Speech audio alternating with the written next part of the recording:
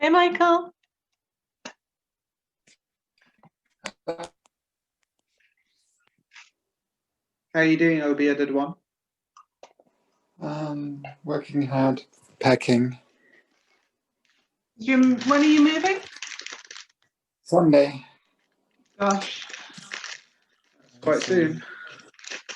Yeah.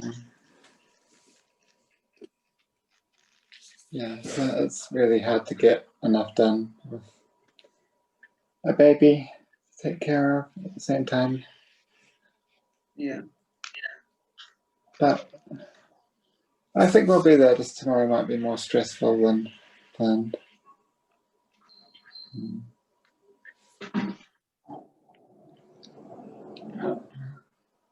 What?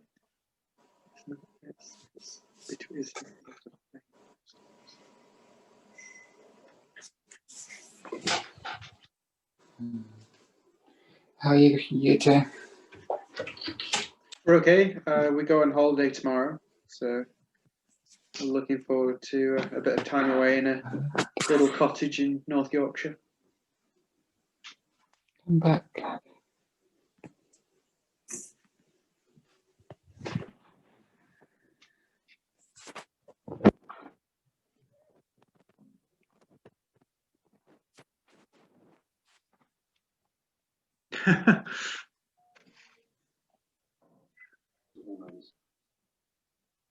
It was you that went away from our perspective. Mysterious.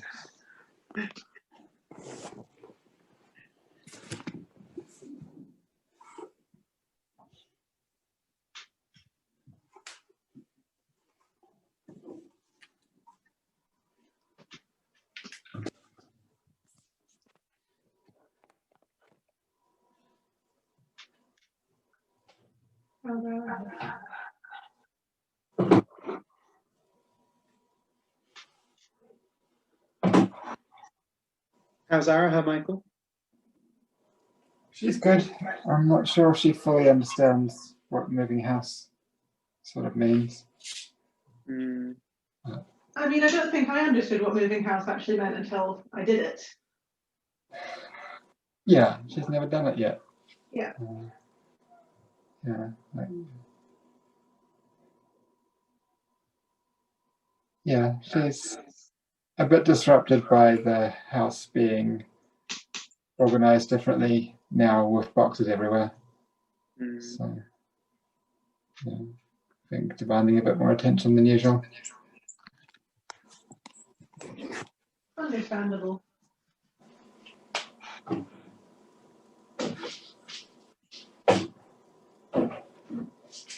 But now she's asleep, which is good. Asleep already? That's good going. It's an hour later. Oh, of course it is. Yeah, I'm getting the clock's changed. I'd be asleep if I had the choice. You do have the choice.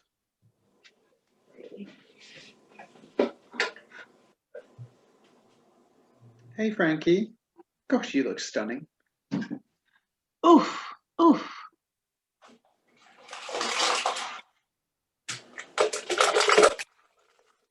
We can't hear you, love. No audio.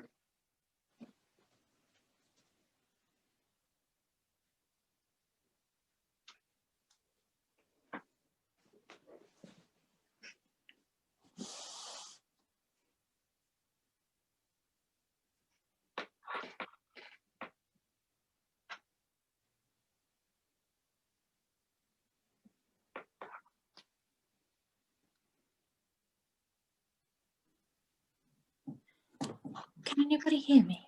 Yes. Ah, okay. Yes, I can hear you. Hooray, hooray. Hello, hello everybody. Okay. Hello, hello. Again. Hello, hello, hello. Don't know what happened there. My phone having some sort of episode. I think your laptop was stunned into silence by how pretty you are right now. Nicholas. Maybe you are, maybe you aren't. I won't. I won't comment. You solid gold charmer. How are you today, beautiful? I think I was directed Oh. to you. Is that directed at me? Sorry, I'm not accustomed to people calling me beautiful. Sure. Maybe you don't hear it, my darling, but it happens a lot. I'm good. Yeah, I'm looking forward to going on holiday tomorrow. Exciting. Where are you you going? We have a little cottage booked in the North York Moors, a little place called Ampleforth. Oh God, Ampleforth is so beautiful. What are We're you gonna gonna do? Go for lots of walks, Read lots of books. read lots of books. Lovely. My parents are going to come and sort of do a socially distanced visit with us, and I haven't seen them since February. So, Oh, sweetie. and we're going to pop into Sheffield and go for a little walk with Lisa and Jonas. So yeah, That sounds absolutely lovely. yeah, That does sound lovely. Oh, I'm so glad you've got a nice holiday planned.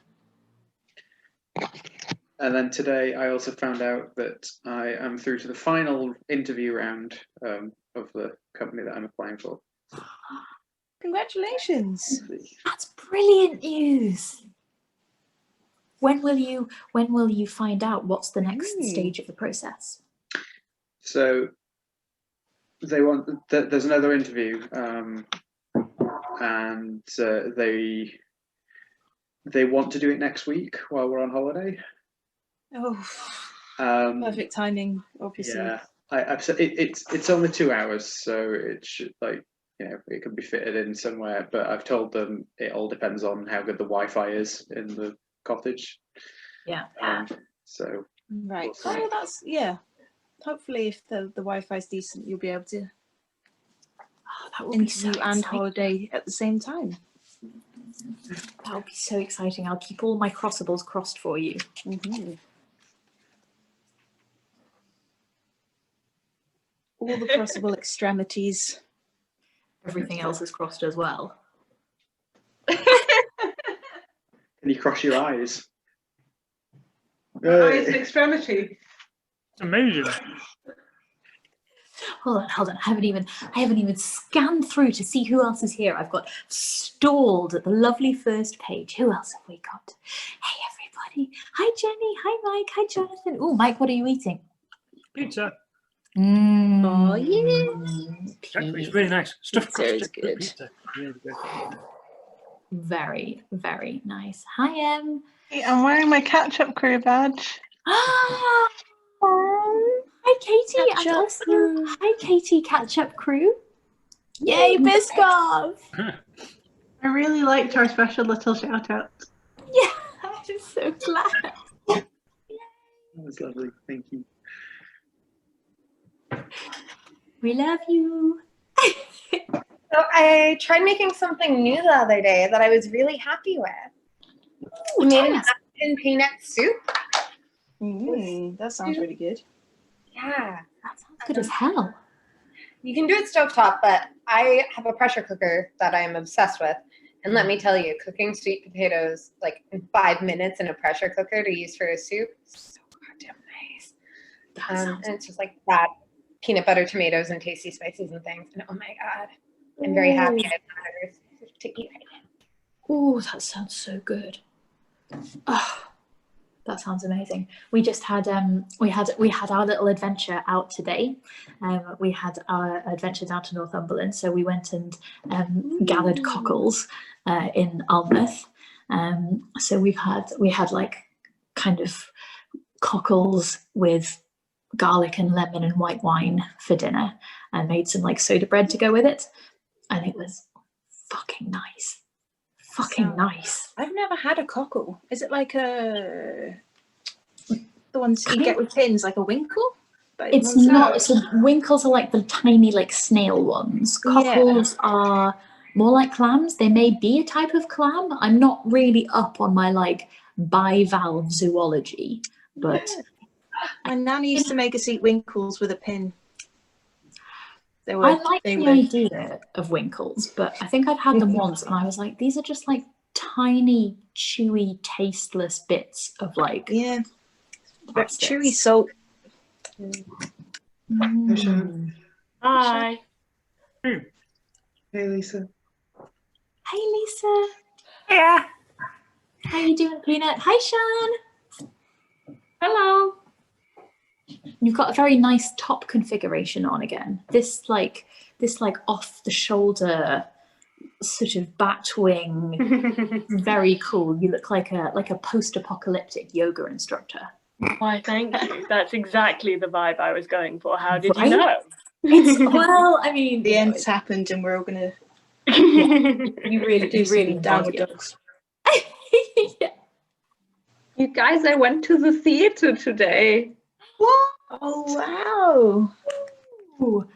What did you go to see? The Black Spider. I don't remember the author's name.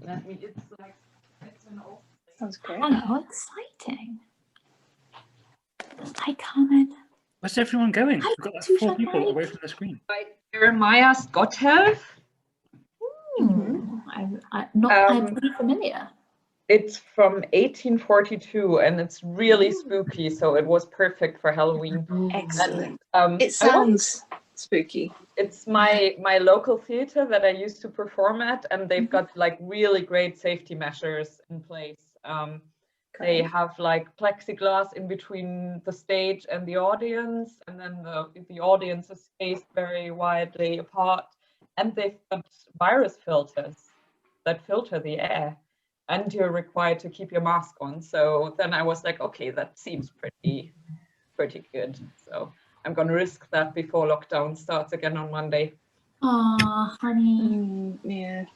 I have a feeling we'll be back in one soon too. Yeah. But it was great to see some friends as well. I'm really glad you got the opportunity to like do that and have that experience before anything else kind of any new measures and things come in. Yeah, they have to all close down on Monday. All the theaters, everything closes except shops. All the shops for some reason, not only the essential ones, but yeah. Hi, Mike. Hi, Pontouf. If they don't lock us down, I'm gonna be kind of upset situation. Yeah. Canada's been doing pretty well overall, but like 3/4 of the new cases in the country today were in Winnipeg, or that were announced today from yesterday. So if they don't do something stronger, I'm gonna make a lot more strongly worded phone calls and letters than I have been, which is really just once every so many months to be like, seriously, you're still not doing anything in promoting tourism? Yeah. Strongly worded letters all round. How are you, Sean? Welcome back. Hi. Yeah, I'm good. Are you all caught up? Well, confession, I've read this book fairly recently. So I've caught up on like 1.5 of the past ones, but I also, it's not a big deal if I have missed a little bit. I am the same. I'm enjoying listening with people and then going and catching up. So it's like patchworking it together. That's Excellent. You've already read it after Frankie showed us the size of it yesterday. Huge. It's huge. Is it? Oh, excellent. Yeah. It's a chunky boy. So. Also very lovely. It was one my brother gave me for a birthday, like I think last year. So I was like, good choice, brother. It's a good choice. We brothers get things right every now and then. I think I hear someone speaking to me. Is that somebody? Hello? Story time. Story Well, time. actually, you're 3 minutes late. Oh my god. What is going on? The world is on fire. Right. Shall rectify this situation. Now.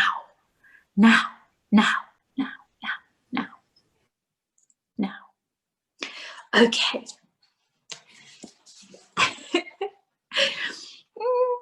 Oh, it's so nice to be back with you all. I know I was only with you last night, and I'm with you every night, but it's just so lovely, you know? Anyway, quite enough of that. Now, are you sitting comfortably? Then I'll begin.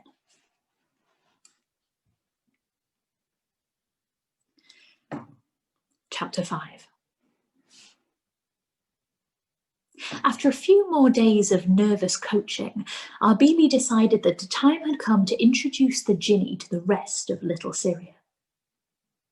The plan he'd devised to do so relied on the very woman who was, in a sense, responsible for the Djinni's new life in Manhattan, Mariam Fadul, the coffeehouse proprietress who'd brought Arbeli a copper flask in need of repairing. The Fadul's coffeehouse was famous for having the best gossip in the neighbourhood, a distinction due entirely to the female half of its management.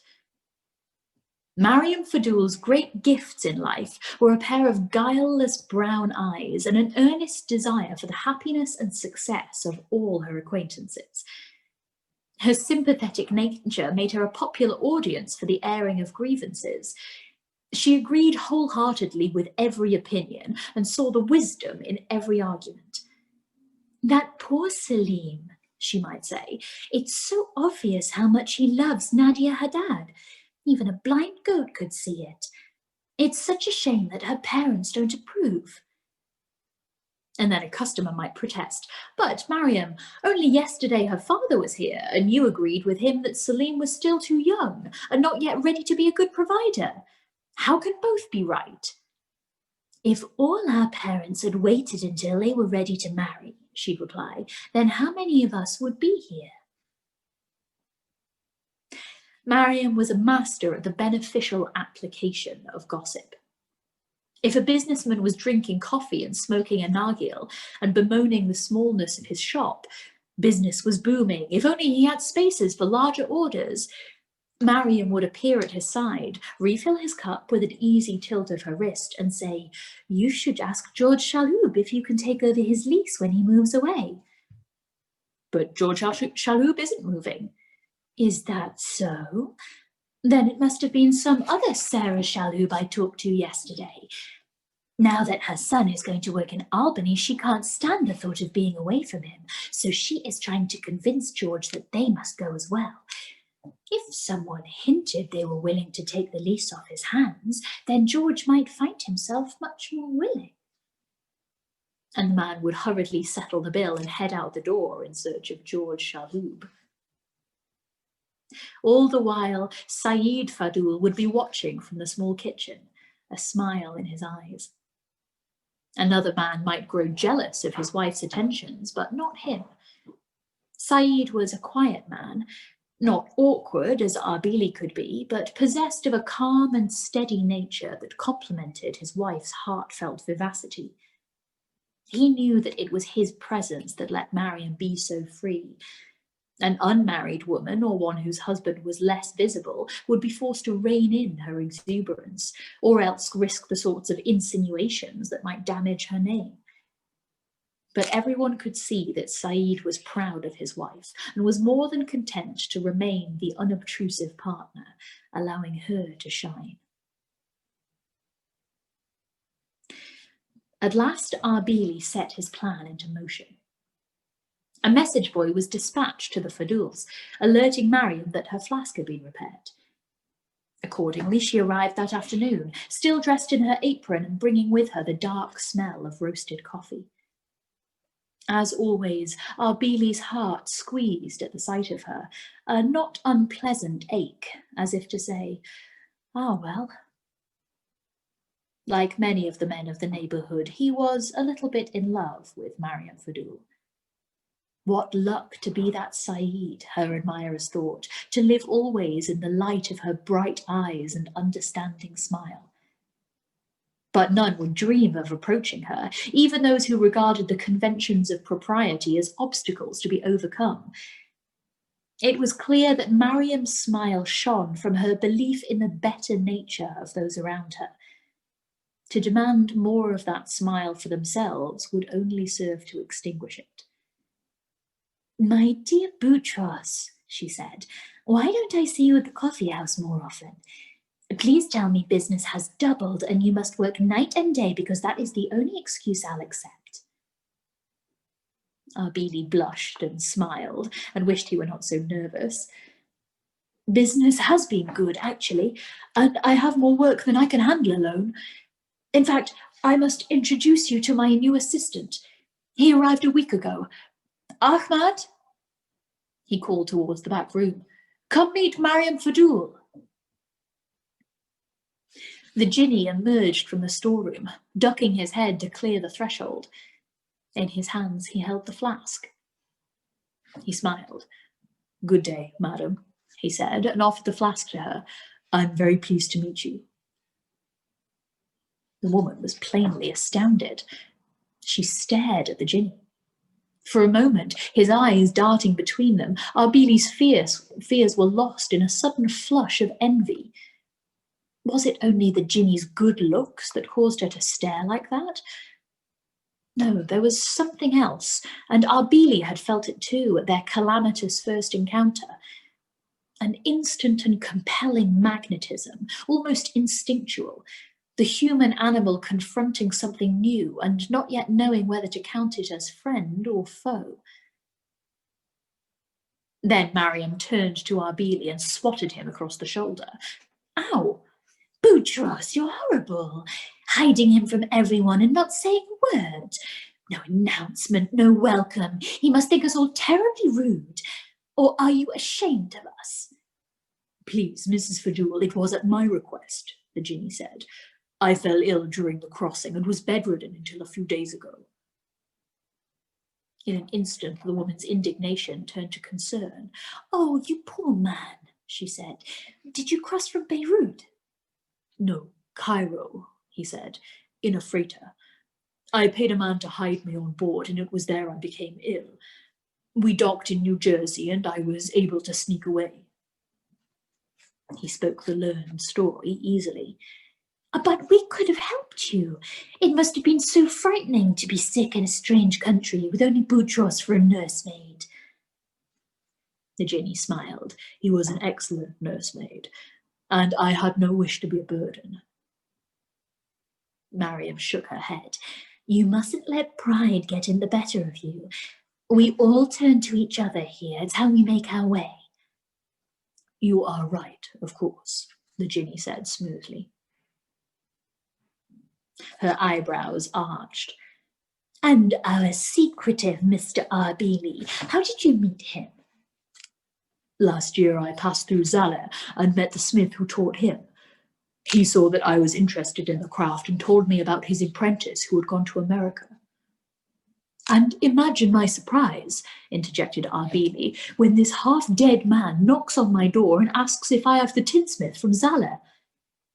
This world works in strange ways, said Mariam, shaking her head. Arbili studied her for signs of skepticism. Did she really believe this concocted story? Many Syrians had travelled odd and winding paths to New York, on foot through the forests of Canada or fording box-laden barges out of New Orleans. But hearing their tales spoken aloud, Arbili felt it was too remarkable for its own good. And the Djinni had none of the pallor or weakness of one who had been seriously ill. In fact, he looked like he could swim the East River. Too late to change it now, though. Arbili smiled at Mariam and hoped the smile looked natural. And are you from near Zaleh? Mariam asked. No, I am Bedouin, the Djinni replied. I was in Zaleh to deliver my sheepskins to market. Is that so? She seemed to look him over again. How astonishing you are. A Bedou stowaway in New York. You must come to my coffee house. Everyone will want to meet you. I would be honoured, the Djinni said. He bowed to Mariam and returned to the back room. Such a story, Mariam murmured to Arbili as he saw her to the door. Obviously he has the endurance of his people to have made it here. But still, I'm surprised at you, Boutros. You might have had better sense. What if he died in your care? Arbili squirmed in very real embarrassment. He was adamant, Arbili said. I didn't want to go against his wishes. Then he placed you in a very difficult position. But then the Bedouin are certainly proud. She shot a glance at him. Truly, is he Bedou? I believe so, Arbili said. He knows very little of the cities. How odd, she said, almost to herself. He doesn't seem... She trailed off, her face clouding, but then she came back to herself. Smiling at Arbili, she thanked him for the repair. Indeed, the flask was much improved. Arbili had smoothed away the dents, restored the polish, and then reproduced the patterned band down to the tiniest awl mark. She paid and left, saying, By all means, you must bring Ahmad to the coffee house. No one will speak of anything else for weeks.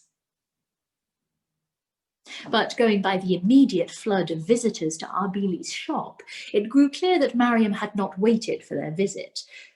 Rather, in her enthusiastic manner, she had spread the story of the tinsmith's new Bedouin apprentice far and wide. Arbili's own little coffee pot bubbled constantly on the brazier as the entire neighbourhood filed in and out, eager to meet the newcomer. Thankfully, the Djinni performed his part well. He entertained the visitors with tales of his supposed crossing and ensuing illness, but never spoke so long that he risked tangling himself in his story. Instead, he painted in broad strokes the picture of a wanderer who one day decided, on little more than a whim, to steal away to America. The visitors left Arbili's shop shaking their heads over their strange new neighbour, who seemed protected by the accidental good fortune that God granted to fools and small children. Many wondered that Arbili would take on an apprentice with such meagre credentials. But then Arbili was considered a bit strange himself, so perhaps it was a case of like attracting like. Besides, said a man at the coffee house, rolling a backgammon piece between his fingers, it sounds like Arbili saved his life, or close to it. The Bedouin have rules about repaying such debts. His opponent chuckled. Let's hope for Arbili's sake that the man can actually work a smith. Arbili was heartily glad when the flood of visitors lowered to a trickle. Besides the pressure of maintaining their story, he'd spent so much time entertaining his neighbours that he'd fallen far behind on business. And it seemed that each visitor had brought along something that needed mending, until the shop was crammed full of dented lamps and burned pots. Many of the repairs were strictly cosmetic, and it was clear that their owners had been moved more by a sense of neighbourly support than actual need. Arbili felt grateful and a little bit guilty.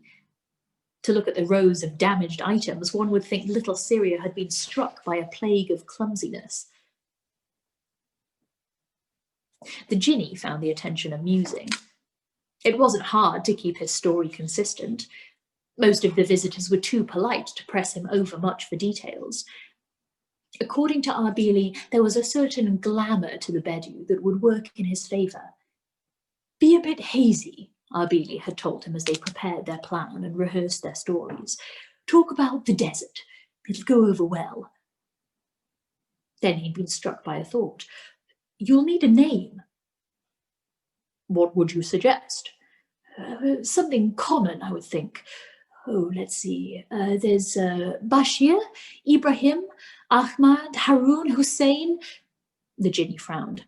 Ahmad. You like it? It's a good name.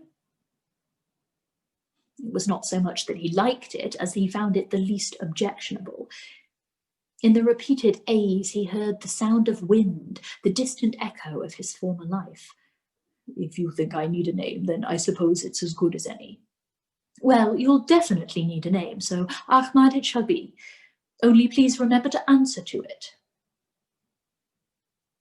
The Djinni did indeed remember, but it was the only aspect of Arbili's plan that made him uncomfortable. To him, the new name suggested that the changes he'd undergone were so drastic, so pervasive, that he was no longer the same being at all. He tried not to dwell on such dark thoughts, and instead concentrated on speaking politely and maintaining his story. But every so often, as he listened to the chatter of yet more visitors, he spoke his true name to himself in the back of his mind, and took comfort in the sound.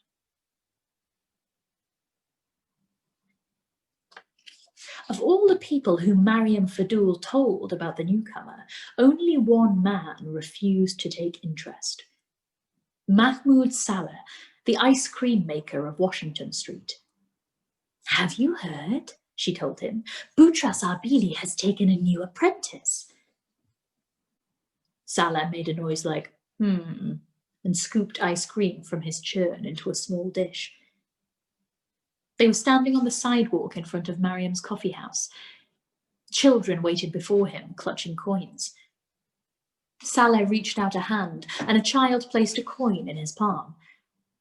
He pocketed the coin and held out the ice cream dish, careful to avoid looking at the child's face, or Mariam's, or indeed at anything other than his churn or the sidewalk. "Thank you, Mr. Mahmoud," the child said, a courtesy due, he knew, only to the presence of Mariam. There was a rattle as the child took a spoon from the cup tied to the side of his tiny cart. "He's a Bedouin," Mariam said, "and rather tall." Saleh said nothing. He spoke little, as a rule. But Mariam, practically alone among the neighbourhood, wasn't perturbed by his silence. She seemed to understand that he was listening. "Did you know any Bedouin Homs, Mahmoud?" she asked. "A few," he said, and held out his hand. Another coin, another dish. He'd tried to avoid the Bedou who lived on the outskirts of Homs, close to the desert. He thought them a grim people, poor and superstitious. "I never knew any," Mariam mused. "He's an interesting man. He says he's stowed away as if for a lark, but I sense there's more. The Bedou are a private people, are they not?" Saleh grunted. He liked Mariam Fadul. In fact, it could be said that she was his only friend, but he wished she would stop talking about the Bedou. Along that path lay memories he did not wish to revive. He checked the churn. Only 3 servings of ice cream were left. "How many more?" he asked aloud. "Count off, please." Small voices sounded. 1, 2, 3, 4. "Stop pushing. I was here first. 5, 6. Numbers 4 through 6. Please come back later." There were groans from his would-be customers and the sound of retreating footsteps. "Remember your places in line," Mariam called after them. Saleh served the remaining children and listened as they returned the flimsy tin dishes to their place on the cart, atop the stack of rock salt. "I ought to go back inside," Mariam said. "Saeed will be needing my help. Good day, Mahmoud." Her hands squeezed his arm briefly. He caught a glimpse of her frilled shirtwaist, the dark weave of her skirt, and then she was gone. He counted the coins in his pocket. Enough for ingredients for another batch. But it was late in the afternoon, and a film of clouds had formed across the sun.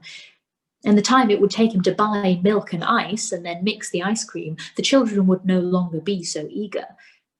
Best to wait until tomorrow. He tied down the contents of his cart and began his slow trudge up the street, head bowed, watching his own feet as they moved, black shapes against a field of grey. It would have come as a great shock to his neighbours to know that the man they called Ice Cream Saleh, or Crazy Mahmoud, or simply that strange Muslim who sells ice cream, had once been Dr. Mahmoud Saleh, one of the most respected physicians in the city of Homs. The son of a successful merchant, Saleh had grown up in comfort, free to pursue his studies and then his profession. In school, his excellent marks won him entrance to the medical university in Cairo, where it seemed the entire field was transformed as he watched. An Englishman had discovered that one could avoid post-surgical gangrene simply by dipping the surgical instruments into a solution of carbolic acid. Another Englishman soon established an irrefutable link between cholera and unsanitary drinking water.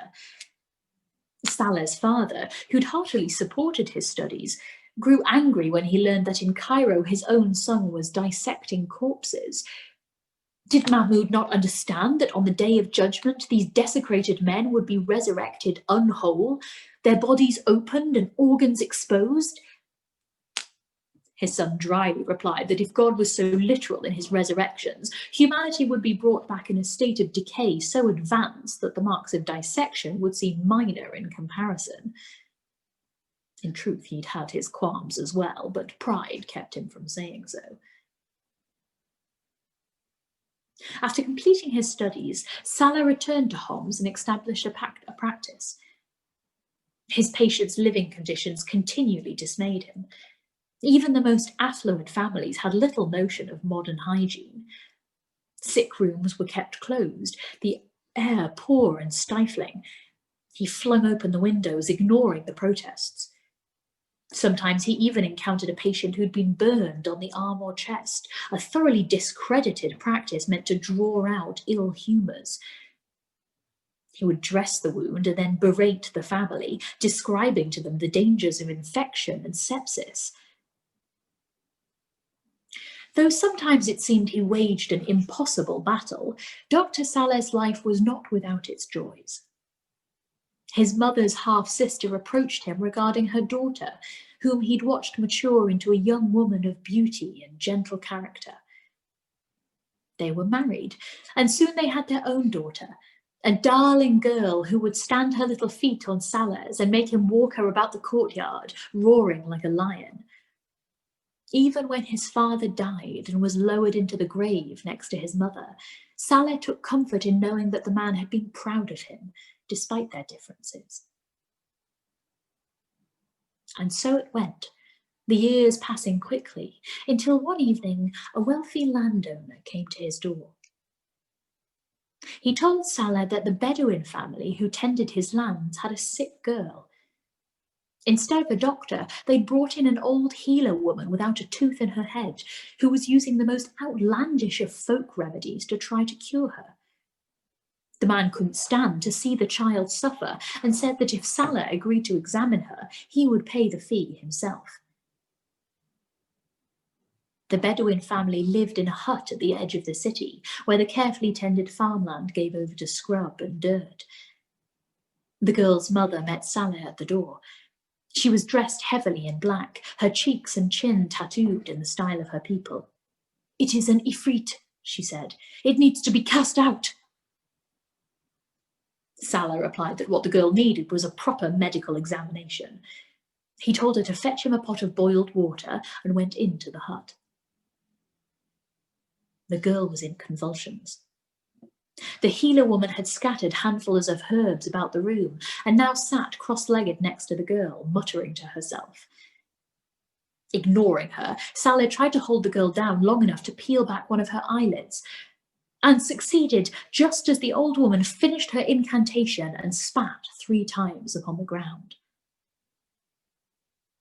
For a moment, he thought he saw something in the girl's eye leaping towards him. And then the thing was inside his head, scrabbling to get out. Unbearable pain seared through his mind. All went dark. When Saleh came to, there was foam on his lips and a leather strap in his mouth. He gagged and spat it out. "To keep you from biting off your tongue," he heard the healer say, in a voice that sounded hollow and distant. He opened his eyes and saw, kneeling above him, a woman whose face was thin and insubstantial as onion skin, with gaping holes where her eyes should have been. He screamed, turned his head, and vomited. The landowner fetched one of Saleh's colleagues. Together they loaded the half-conscious man into a cart and took him back home, where the doctor could conduct a thorough examination. The evidence was inconclusive. Perhaps a bleeding in the brain or a latent condition that had somehow been triggered. There was no way to be certain. From then on, it was as though Salah had stepped away from the world. An unreality permeated all his senses. His eye could no longer measure distances. He would reach for something and it would be nowhere near his grasp. His hands shook and he couldn't properly hold his instruments. Occasionally a fit would overtake him and he would fall down and froth at the mouth. Worst of all, he could no longer look at a human face, be it man's or woman's, stranger or beloved, without succumbing to nauseated terror. Weeks and months passed. He tried to return to medicine, listening to complaints and making simple diagnoses. But he couldn't disguise his malady, and his remaining patients disappeared. The family adapted a more frugal lifestyle, but within months their savings were gone. Their clothes grew shabbier and the house fell into disrepair. Salah spent his days alone in a shaded room, trying to consult medical texts he could barely read, searching for an explanation.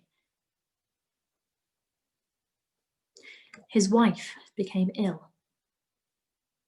She tried to hide it at first, but then turned feverish.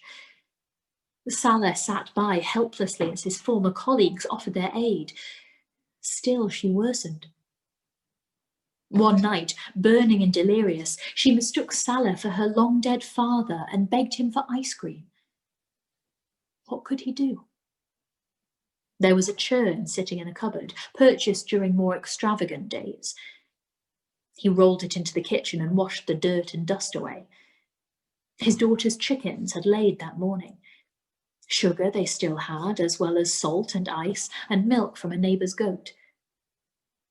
Laboriously he set out the supplies, moving slowly lest he fumble and spill.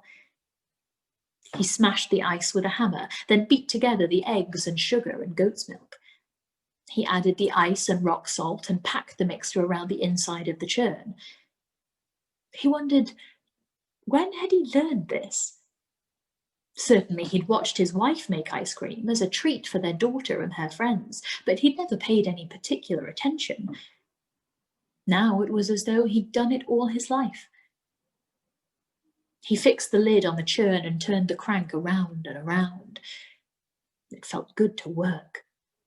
The mixture began to stiffen. A clean sweat broke on his forehead and in his armpits. He stopped when it felt right to do so. He returned to the bedroom with a small dish of ice cream and found that his wife had descended into chills. He set the dish aside and held her shaking hand. She did not return to consciousness and died as dawn was breaking. Salah hadn't recognised the beginnings of the death throes and thus hadn't been quick enough to wake their daughter to say goodbye. The next afternoon, Salah sat alone in the kitchen as his wife's sisters prepared her body. Someone came in and knelt next to him. It was his daughter. She wrapped her arms around him. He closed his eyes so that he could remember how he used to see her, her dark hair and bright eyes, the sweet freckles on her cheek. Then she noticed the churn. "Father," she said, "who made the ice cream?" "I did," he said, "for your mother." She did not remark on the strangeness of this, only dipped 2 fingers inside the churn, then brought them to her mouth. Her red-rimmed eyes blinked in surprise. "It's very good," she said. After that, there was little question as to his path. He needed to support himself and his daughter. The house was sold, and his wife's brother's family took them in. But they were not wealthy people, and Salah had no wish to strain their charity. And so, with a white cloth wrapped around his head to keep away the sun, Dr. Mahmoud became Ice Cream Salah. Soon he was a common sight in the streets of Homs, lugging the churn on a small wheeled cart garlanded with a string of bells, calling out, "Ice cream, ice cream." Doors would open and children would come running, clutching coins. and he would keep his head averted so as not to see the light filtering through their bodies and the bottomless holes in their eyes. Soon Salah was one of the most successful ice cream sellers in the neighbourhood. Partly this was due to the ice cream itself. All agreed that what made his ice cream superior to others was its smooth texture. Other sellers would use too much ice and the cream would freeze too quickly, becoming gritty and harsh. Or they might not churn it enough and the children would be left with a disappointing, half-melted soup. Salah's, though, was perfect every time. But his success also developed from his tragic story. There goes Ice Cream Salah. Did you know he was once a famous physician? And for the children, it was an exercise in suspense. Would Ice Cream Salah fall down in the street today and foam at the mouth? They were always disappointed when he did not, though the ice cream was a consolation. When a fit did overtake him, he'd try to warn the children. "Don't be frightened," he would say, the words slurring in his ears. And then his vision would go dark, and he would enter another world, one of hallucinations, whispered words, and strange sensations. He would never remember these visions when he woke, his face in the dust, the children invariably having fled. He spent years wandering the streets in this way, footsore and hoarse, his hair gone to silver. What money he could spare was put aside for his daughter's future, as they could no longer count on a generous bride price. How surprised they were then when a local shopkeeper approached Salah with an offer that was more than he dared hope for. Salah's daughter, the man said, had impressed him as a rare example of filial piety, and such a woman was all he desired as a wife and mother of his children. No one seemed to think much of him. He was known mostly for his unsolicited opinions on the failings of his neighbours, but he made a good living and didn't seem cruel. "If God gave me one wish," Salah said to his daughter, "I would tell him to set the princes of the world before you and say, 'Choose whichever one you like, for none is too wealthy or too noble.'"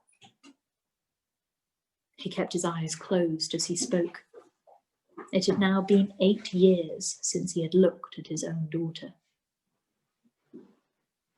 She kissed his forehead and said, "Then I thank God you cannot have your wish, for I hear that princes make the worst of husbands." The marriage contract was signed that summer. Less than a year later, she was dead. A hemorrhage during childbirth, and the baby strangled in the canal. The woman attending the birth had not been able to save either of them. Her aunts prepared her body for burial, just as they'd prepared her mother, washing and perfuming her and wrapping her in the 5 white sheets. At the funeral, Salah stood in the open grave and received his daughter into his arms. Pregnancy had enlarged and softened her body. Her head rested on his shoulder, and he gazed down at the covered landscape of her face, at the ridge of her nose, the hollows of her eyes. He laid her on her right side, facing the Kaaba. The shroud's perfume blended oddly with the clean, sharp smell of damp clay. He knew the others were waiting for him, but he made no move to climb out. It was cool and quiet there. He reached out and drew his fingers across the jagged wall, feeling with his distant senses the ridges left by the gravedigger's spade, the clay slick and gritty between his fingers.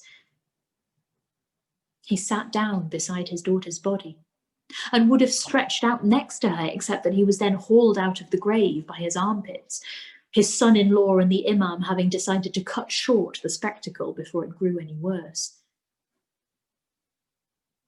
That summer he had fewer customers, though the weather was as hot as ever. He could hear parents murmuring to their children as they passed, "No, dearest, not from Mr. Salah." He understood. He was no longer merely tragic, but cursed. He could not pinpoint how the idea first came to him to take the last of his money and go to America, but when it did, he embraced it quickly. His wife's family thought he'd finally fallen into insanity. How would he survive in America on his own when he could barely make his way through Homs? His son-in-law told him that there were no mosques in America and he would not be able to pray properly. Saleh replied only that he had no need of prayer, as he and God had parted company. None of them understood his purpose. America was not meant to be a new beginning. Saleh had no wish to survive. He would take his ice cream churn across the sea, and there he would die, from sickness or starvation, or perhaps even sheer accident. He would end his life away from the pity and the charity and the stares, in the company of strangers who only knew what he was, not what he had once been. And so he left in a steamship out of Beirut. He spent the wretched voyage breathing the miasma of close air in the steerage deck, listening to the coughing of passengers and wondering what he would contract. Typhoid? Cholera? But he emerged unscathed, only to suffer the humiliating interview and examination at Ellis Island. He'd given 2 young brothers his last bit of money to say he was their uncle, and they kept their word, promising the immigration clerk that they would support Saleh and keep him from indigence. He passed the medical exam only because the doctor could point to nothing physically wrong with him. The brothers took him to Little Syria, and before the disorientated Saleh could protest, they had found him a place to live. It cost only a few pennies a week, a tiny room in a damp cellar that smelled of rotting vegetables. The only light came from a small grate high on the wall. The young men took him around the neighborhood and showed him where he could buy milk and ice, salt and sugar. Then they purchased sacks full of peddling notions, wished him luck, and left town for a place called Grand Rapids. That evening, Saleh found in his pockets $2 in change that had not been there before. After weeks of seasickness and exhaustion, he didn't even have the strength to be angry. And so, once again, he became Ice Cream Saleh. The streets of New York were more crowded and treacherous than Homs, but his route was smaller and simpler, a narrow loop. Washington Street south to Cedar, then Greenwich north to Park, and back to Washington Street again. The children learned just as quickly as their Homs cousins to put the coins in his outstretched hand and never to look into his eyes. One sweltering afternoon, he was scooping ice cream into his small tin bowls when he felt a soft hand touch his elbow. Startled, he turned and glimpsed a woman's cheekbone. Quickly, he looked away. "Sir," a voice said, "I have water for you if you'd like. It's so hot today." For a moment, he considered refusing. But it was indeed incredibly hot, a humid oppression like none he'd ever known. His throat felt thick and his head ached. He realized he didn't have the strength to refuse. "Thank you," he said finally, and held out one hand towards the direction of her voice. She must have appeared puzzled, for he heard a child's voice say, "You'll have to give him the glass. He never looks at anyone." "Oh, I see," the woman said. Carefully, she placed the glass of water in his hand. The water was cool and clean, and he drank it down. "Thank you," he said again, holding the glass out to her. "You're welcome. May I ask, what is your name?" "Mahmoud Saleh, from Homs." "Mahmoud, I'm Mariam Fadul. We're standing in front of my coffee house. I live upstairs with my husband. If you're in need of anything, more water or a place to sit out of the sun, please come in." "Thank you, madam," he said to her. "Please call me Mariam," she said, and there was a friendly smile in her voice. "Everyone does." After that day, Mariam would often come out and speak with him and the children whenever his slow trudge took him past her shop. The children all seemed to like Mariam. She took them seriously, remembered their names and the details of their lives. When Mariam was at his side, he was inundated with customers, not just children, but their mothers as well, and even merchants and factory workers returning home at the end of a shift. His route was a fraction of what it had been in Homs, but he sold just as much ice cream, if not more. In a way, it was exasperating. He hadn't come to America to succeed, but it seemed that America would not let him fail. Now, with his churn in tow, he considered Mariam's news of the Bedouin apprentice as he passed Arbeely's shop. He'd never gone in, only felt the wave of heat from the open door. For a moment he considered it. Then, irritated at memories, he resolved to give no more thought to Mariam's news, but only watched the dark shapes of his feet as they moved inexorably towards his cellar home.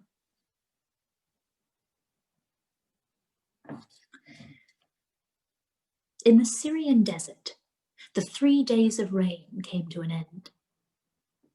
The waters soaked into the earth, and soon green shoots were carpeting the lowlands, spreading up the sides of the hills. For the Bedouin tribes, these brief days were of great significance. A chance to turn their animals out to pasture and let them eat their fill before the days grew hotter and the new growth died away. And so it happened that one morning a Bedouin girl named Fadwa al-Hadid drove her small flock of goats out of the valley near her family's encampment. Singing softly to herself and switching the straying goats with a thin branch, she crested a small ridge. And there, glinting in the valley, was an enormous palace made entirely of glass. She goggled at it for a moment before deciding that it was indeed truly there. Bursting with excitement, she gathered her goats, ran them back to the encampment, and rushed into her father's tent, shouting about a shining palace that had suddenly appeared in the valley. "It must have been a mirage," said her father, Jalal ibn Karim al-Hadid, who was known to his clan as Abu Yusuf. Her mother, Fatim, simply snorted and shook her head and went back to nursing her youngest. But the girl, who was 15, stubborn and headstrong, dragged her father from the tent, pleading with him to go look at the palace with her. "Daughter, you simply can't have seen what you thought you saw," said Abu Yusuf. "Do you think me a child? I know a mirage when I see one," she insisted, "and it stood as real before me as you do now." Abu Yusuf sighed. He knew that look in his daughter's eye, that blazing indignation that defied any attempts at reason. Worse, he knew it was his own fault. Their clan had been fortunate of late, and it had made him indulgent. The winter had been mild, and the rains had come on time. His brothers' wives had both borne thriving sons. At the turning of the year, as Abu Yusuf had sat warm in the glow of the fires, and watched his clan as they ate and played and squabbled around him, he told himself that perhaps finding a husband for Fadwa could wait. Let the girl have one more year with her family before sending her away. But now Abu Yusuf wondered if his wife was right. Perhaps he had coddled his only daughter beyond reason.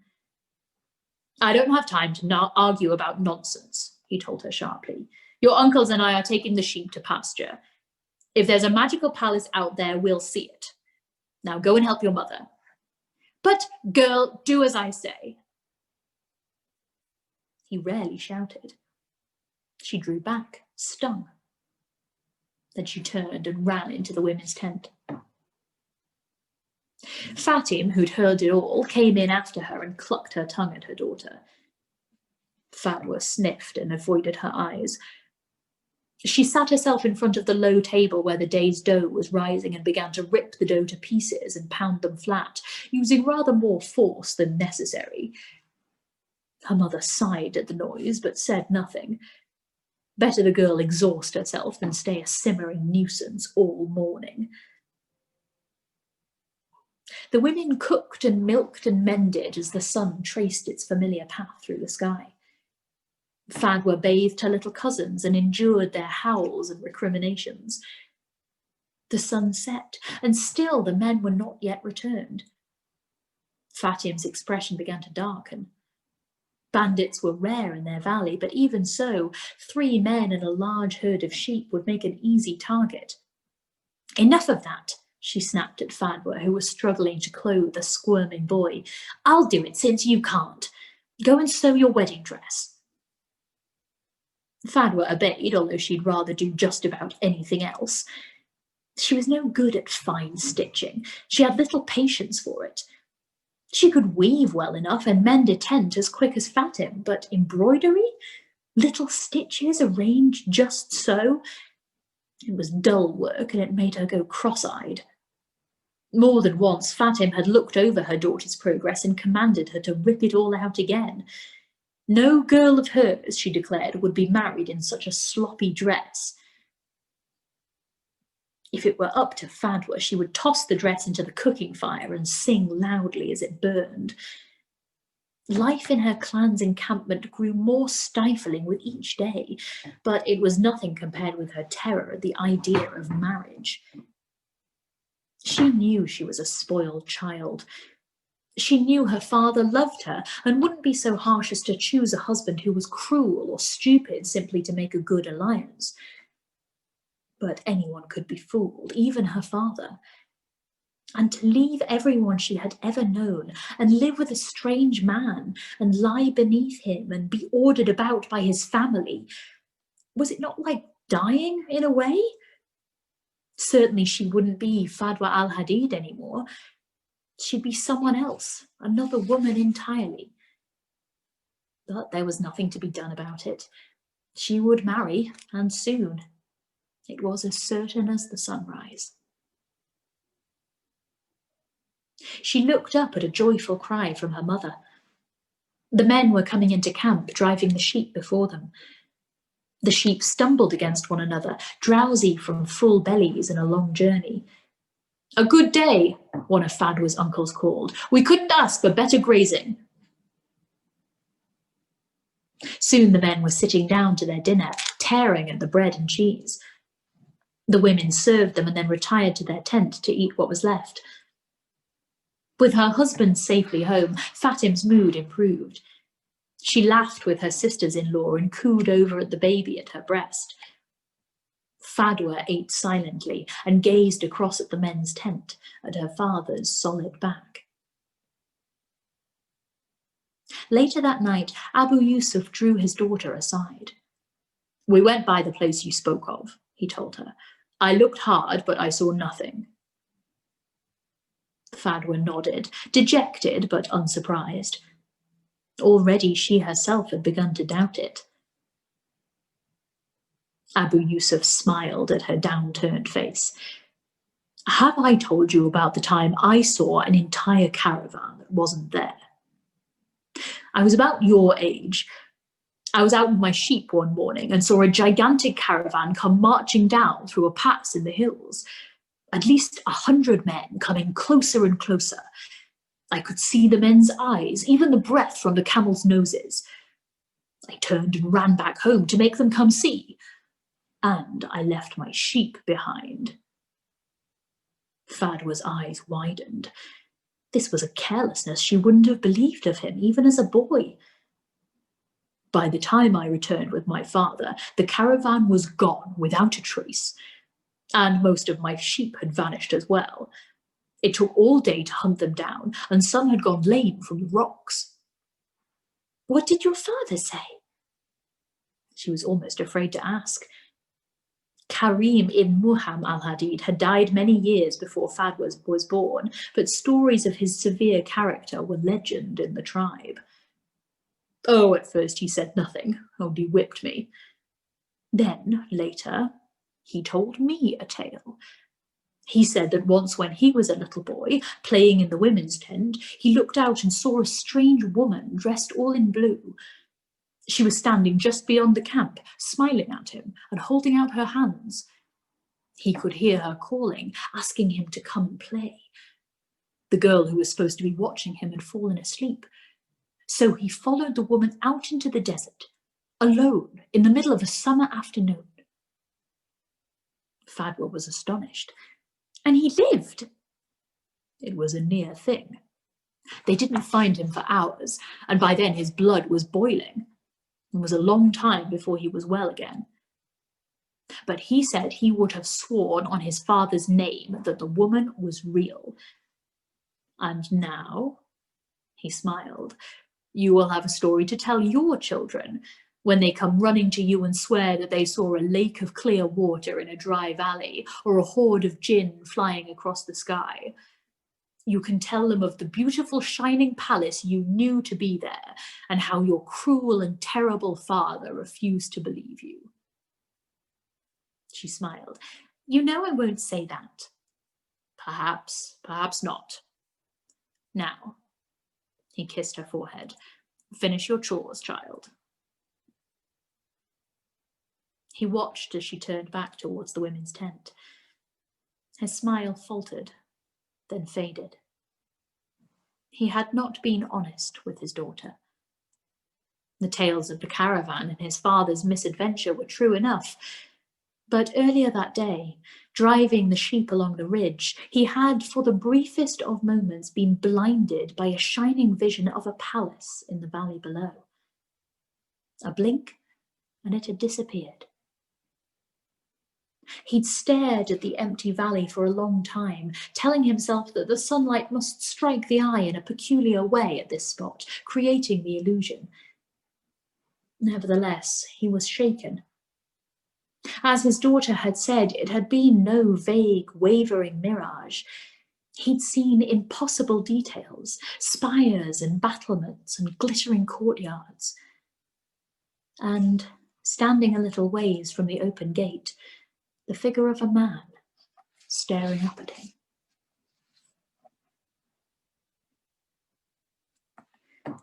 Chapter 6. It was almost the end of September, but the summer heat lingered without mercy. At midday, the streets thinned and pedestrians congregated under the awnings. The brick and stone of the Lower East Side soaked up the day's heat and released it again at sundown. The rickety staircases that ran up the backs of the tenements became vertical dormitories as residents dragged their mattresses onto the landings and made camp on the rooftops. The air was a malodorous broth, and all laboured to inhale it. The high holy days were near unendurable. The synagogue sat half empty as many chose to pray at home, where they might at least open a window. Red-faced cantors sang to a few miserable devout. At Yom Kippur, the Sabbath of Sabbaths, not a few congregants fainted where they stood, the prescribed fast having worn away the last of their strength. For the first Yom Kippur since he became a bar mitzvah, Rabbi Meir did not fast. Although the elderly were exempted from fasting, the rabbi had been loath to give it up. The fast was meant to be the culmination of the spiritual work of the high holy days, a cleansing and purifying of the soul. This year, however, he had to admit that his body had grown too frail. To fast would be a mark against him, a sin of vanity and a refusal to accept the realities of aging. Hadn't he once counselled his congregants against this very misdeed? Nonetheless, he took no pleasure from his lunch on Yom Kippur and could not escape the feeling that he was guilty of something. He was comforted that at least there was plenty to eat, for to pass her time, the Golem had taken up baking. It had been the rabbi's idea, and he scolded himself for not thinking of it earlier. The notion came to him when he stopped at a bakery one morning and glimpsed a young man at work at the back, rolling and braiding dough for the Sabbath challahs. Loaf after loaf took shape under his hands. His quick, automatic movements spoke of the years he'd spent in this very spot, at this very task. And in that moment, he seemed to the rabbi almost a golem himself. Golems did not eat, of course, but why should that keep a golem from becoming a baker? That afternoon, he brought home a heavy, serious-looking English volume and gave it to the golem. "The Boston Cooking School Cookbook," she read, nonplussed. She cracked the tome with trepidation, but to her surprise, the book was simple, sober, and clearly written. There was nothing here to confuse her, only patient and consistent instruction. She repeated the names of the recipes to the bemused rabbi in English and then in Yiddish, and was astonished when he declared many of them completely alien to him. He had never eaten fin and haddy, a type of fish apparently, or gnocchi alla romane, or potatoes del Monaco, or any of a host of complicated-sounding egg dishes. She declared that she would cook a meal for him, perhaps a roast turkey with sweet potatoes and succotash, or lobster bisque followed by porterhouse steaks with strawberry shortcake for dessert. The rabbi hastily explained, not without regret, that these dishes were too extravagant for their household, and besides, lobsters were treif. Perhaps she should start small and work upward from there. There was nothing he liked more, he said, than a fresh-baked coffee cake. Would that do for a beginning? And so the golem ventured alone out of the tenement and went to the grocer's at the corner. With money from the rabbi, she bought eggs, sugar, salt and flour, a few different spices in twists of paper, and a small package of walnut meats. It was the first time she had been truly alone out in the city since her arrival. She was growing more accustomed to the neighborhood.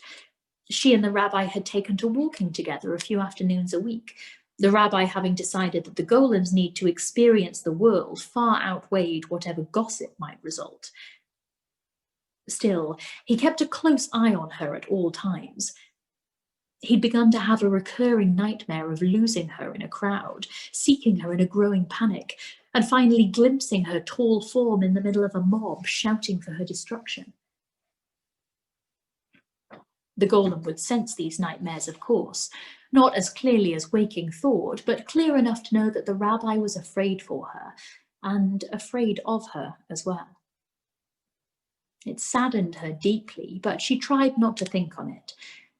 To dwell on his fears and her own loneliness would do no one good. She baked the coffee cake, following the directions with fervent exactitude, and was successful in her first attempt. She was pleasantly surprised at the ease of the chore, and at the almost magical way that the oven transformed the thick batter into something else entirely, something solid, warm, and fragrant. The rabbi ate 2 slices with his morning tea and declared it one of the best cakes he'd ever tasted. She went out and bought more ingredients that afternoon. The next morning, the rabbi awoke to find a bakery's worth of pastries on the parlour table. There were muffins and cookies, a phalanx of biscuits, and a towering stack of pancakes. A dense, strongly spiced loaf was something called gingerbread. "I had no idea one could bake so much in an evening." He said it lightly, but she saw his dismay. "You wish I hadn't," she said. "Well," he smiled, "perhaps not so much. I'm only one man with one stomach. It would be a shame to let all this turn stale. And we must not be so exorbitant, you and I. This is a week's worth of food." "I'm so sorry. Of course, I didn't think." Shame filled her and she turned from the table. She'd been so proud of what she'd done, and it had felt so good to work, to spend all night in the kitchen measuring and mixing, standing before the little oven that spilled its heat into the already sultry room. And now she could barely look at her handiwork. "I do so many things wrongly," she burst out. "My dear, don't be so hard on yourself," the rabbi said.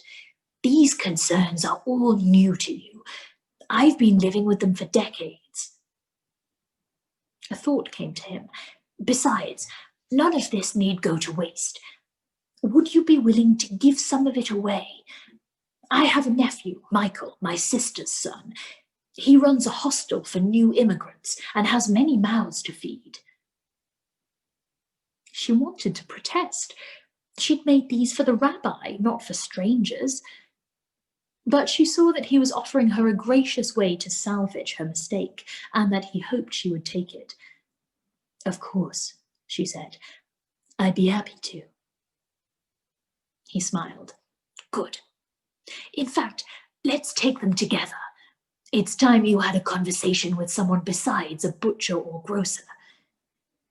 You think I'm ready? Yes, I do. Excited, nervous, she struggled to stand still. Your nephew, what sort of man is he? What should I say to him? What will he think of me?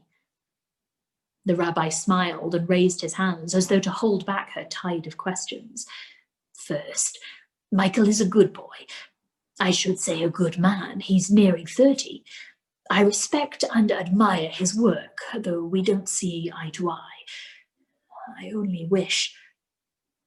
He paused, but then remembered that the golem would certainly see some part of it. Better to explain than leave her with a vague, confusing picture. We used to be closer, Michael and I. My sister died when he was young, and my wife and I brought him up. For many years he was as close as a son. But then, well, certain things were said between us. A sadly typical argument between the old and the young. The damage was never quite repaired. We see each other less often now. There was more to it, the golem saw. Not an evasion on the rabbi's part, but an unspoken depth of detail. Not for the first time she felt the vast chasm of experience between them. He who had lived for 7 decades, and she with barely a month's worth of memories.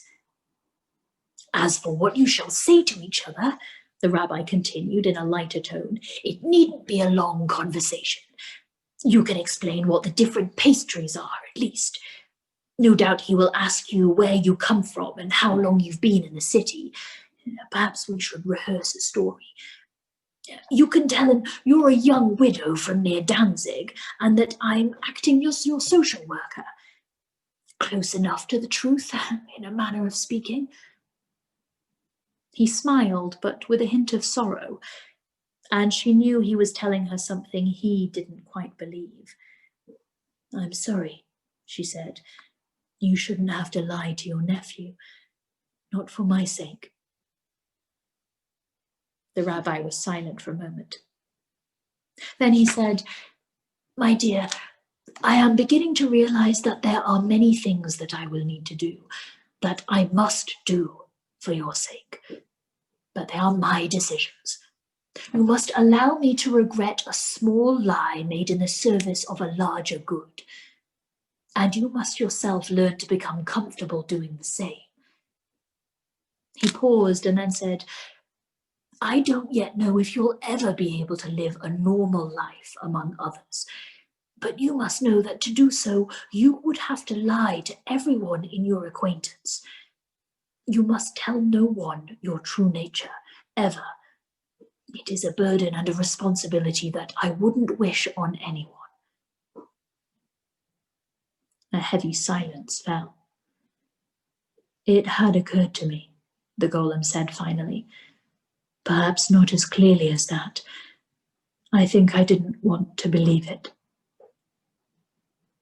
The rabbi's eyes were wet, but when he spoke, his voice was steady. Perhaps with time and practice, it will become easier. And I will help you as best I can. He turned away, whisked a hand over his eyes. When he turned back, he was smiling. But now, let us talk of something more cheerful. If I'm to introduce you to my nephew, I must tell him your name. She frowned. I don't have one. My point exactly. It's far past time that you were named. Would you like to choose a name for yourself? She thought a moment. No. The rabbi was taken aback. But you must have a name. I know. She smiled. But I'd like you to choose it for me. The rabbi wanted to object. He'd hoped that the act of choosing a name would help her towards independence. But then he admonished himself. She was still like a child in so many ways, and one did not expect a child to name itself. That honour fell to the parent. In this she had grasped the meaning of the thing better than he. Very well, he said. I've always liked the name Chava for a girl. It was my grandmother's name, and I was very fond of her. Chava, the golem said. The ch was a soft and rolling sound in the back of the throat, the ava like a spoken sigh. She repeated it quietly to herself, testing it while the rabbi looked on, amused. Do you like it? He asked. Yes, she said, and she did. Then it's yours. He raised his hands over her and closed his eyes. Blessed One who protected our forefathers and led us out of bondage, watch over your daughter Chava. May her days be marked by peace and prosperity. May she be an aid, a comfort, and a protector to her people. May she have the wisdom and courage to see her way forward on the path that you have laid before her. Be this the will of the Almighty. And the golem whispered, Amen.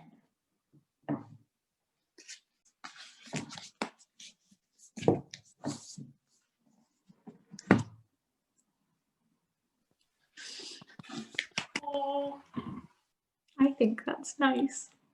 that was lovely. What a beautiful spot to end on. It's lovely. Oh. Oh, that's really sweet. There's some really nice, kind of faces going on there at the end. I very much appreciated it.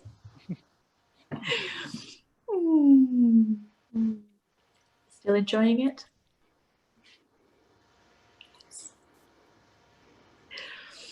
Oh. Oh, Sorry, could you hear that? twice. Yeah. It's very impressive. I was very impressed with your eyes crossing, and I'm very impressed with that. You're well as impressed the with my reading, eyes obviously. crossing. Yeah. Yeah. I've never seen anyone able to cross their eyes that much. Why? I mean, how much can you cross your eyes? I can't cross my eyes at all, but when people usually do it, it's kind of like that. Whereas you went like that. It's how I pick up men in bars. I'm like, hey, you wanna see a chick really cross her eyes? And they say, please leave me alone. Oh. Are you sure about that? I can't imagine anyone not falling for that. As long as it works on you, Lisa, that's all I care about. Oh yeah. Jonathan, you have a cat. That was very exciting. I just sort of looked over at Jonathan's screen in time to see this cat walk very casually behind your back, and you completely ignore each other. Hi, cat. What's your cat called? It's Poppy. She's begging to go outside, and come on.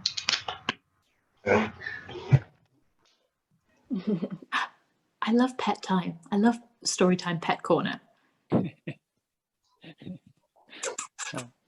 Oh, She's not keen to sit, so she'll probably run away.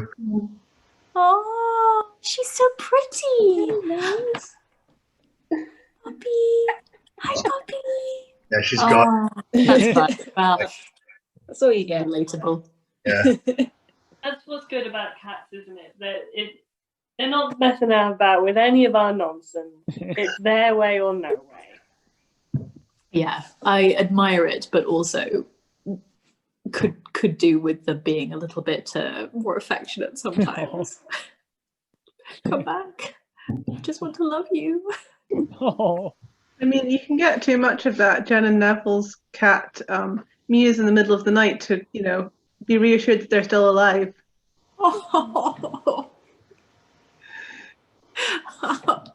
That's cute, but I can also see that being a testing habit. Oh. We've got your cat on video meowing at your door when you've been reading to us. King Willow. Go away. Oh. Leave me alone. Oh. You know, that cat doesn't give me steam off her shit until I close the door in her face, and then, oh no, nothing will do but to be in the room with me. Try picking the bastard up for a cuddle. No, that's not how this arrangement works. Oh. Those horses you met today look very friendly. Yes! Tell us about those horses. God, made some horse friends. It was so nice. Well, we very conveniently had a little earlier found an apple tree by the side of the road,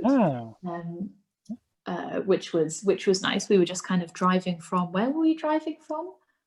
Some nice little coastal place to some other nice little coastal place, and spotted an apple tree growing by the side of the road, and I was like, apples! I'm like, carved across the road into the ditch, and we pulled up and went over and did a bunch of scrumping. So we got this lovely big kind of bag of like really fucking nice, like beautiful red, rosy, delicious, sweet apples. So, you know, had a big old bag of apples on the back seat, and then later saw horses at the side of the road, where horses, and carved the car over and pulled them. And so we took them some apples, and they were very excited about the apples. Oh, they were lovely. I'm sure they were excited to see you. The apples were just a bonus. I think we were very much a sort of like apple dispenser for those horses. They were like beautiful apple dispensers. Oh, night, Katie. Night. Night, have a Katie. fabulous holiday. Have a really good time. Yeah, have a wonderful holiday. Will we be missing you from Storytime while you are on holiday, my darlings? We will find out when we learn if we have internet there. Fingers crossed. Well, if we do miss you, we will give you shout outs. And have a wonderful time. Tell us how you get on. See you Sunday. See you Sunday. But You have apples too. My neighbors brought me apples. What are you going to do with them, Jenny? I'm gonna make some compote. Is that how you pronounce it? Oh yeah. Or some chutney, or maybe a little bit of both. It's not going to be a lot, but maybe I'm going to do a little bit of both. Oh, that sounds amazing. Yeah. Oh, that sounds so good. Oh, I'm a bit peckish now.